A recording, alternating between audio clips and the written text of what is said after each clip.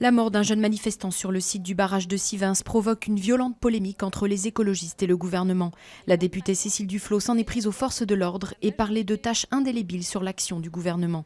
Le ministre de l'Intérieur, Bernard Cazeneuve, dénonce une instrumentalisation politique, alors que l'origine du décès de Rémi Fraisse, tué par une explosion, reste à déterminer.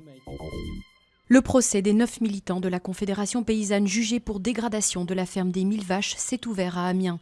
Des centaines de manifestants venus de toute la France ont afflué devant le palais de justice pour apporter leur soutien.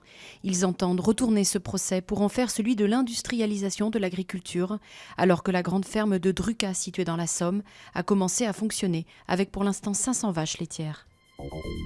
Nouveau vote crucial à l'Assemblée nationale après celui du budget la semaine dernière. Les députés se prononcent sur le projet de loi de financement de la sécurité sociale. Sa mesure phare, la modulation des allocations familiales en fonction des revenus, est contestée à droite mais aussi à gauche. Appelés à faire preuve de responsabilité par le gouvernement, les députés frondeurs ont confirmé leur abstention. La Tunisie se prépare à une alternance du pouvoir après la victoire du principal parti laïque aux élections législatives. Hier soir, les islamistes d'Ennahda ont reconnu leur défaite face au grand parti séculier Nida à Tunis lors de ce scrutin capital pour le berceau du printemps arabe qui doit se doter d'institutions pérennes. Les observateurs de l'Union européenne ont salué des élections crédibles et transparentes.